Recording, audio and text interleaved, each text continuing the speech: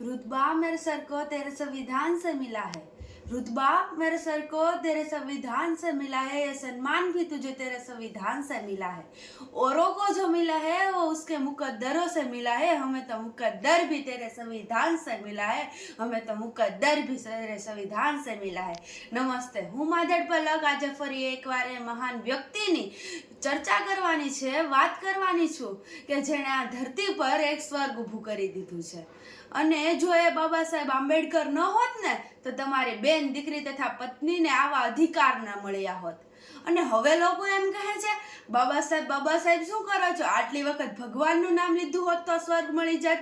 તેને હું કહેવા માંગુ છું કે તમારી બેન દીકરી તથા પત્ની તેને આવા અધિકાર અપાવ્યા, તેને આવી આત્મનિર્ભર બનાવવા માટેના અધિકારો અપાવ્યા છે ને તો એ બાબા સાહેબના કારણે અપાવેલા છે। તો એ આ બાબા સાહેબના કારણે અપાવેલા છે કે કહેવાય છે કે જો આ બાબા સાહેબ આંબેડકર ન હોત ને તો તમારી બેન દીકરી તથા પત્નીને આવા અધિકાર ન મળ્યા હોત।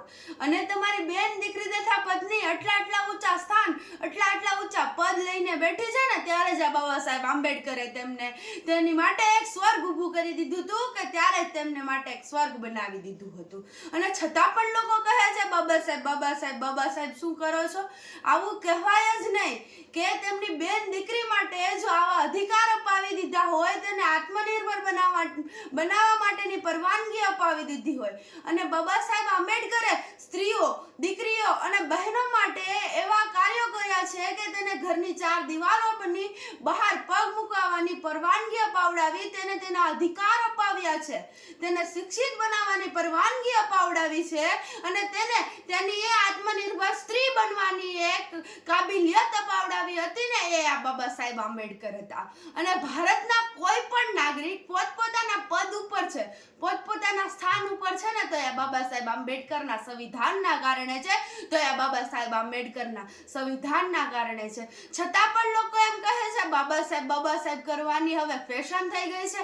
તે લોકોને હું કેમ સમજાવું કે તે કોઈ ફેશન નહીં, આ નર્ક જેવી દુનિયાને એક સ્વર્ગ બનાવી દીધું હતું ને એ અમારા બાબા સાહેબ આંબેડકર હતા कि ये हमारा बाबा साहेब आंबेडकर था। और सुनना अमित शाह, ये चुनाव किसकी वजह से है? मेरे बाबा साहब की वजह से है।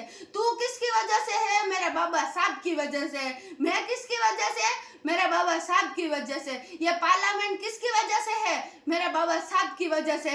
तूने कानून कायदा किसकी वजह से बनाया है? मेरे बाबा साहब की वजह से बनाया है। तेरे हाथ में कागज पेन किसकी वजह से है? मेरे बाबा साहब की वजह से।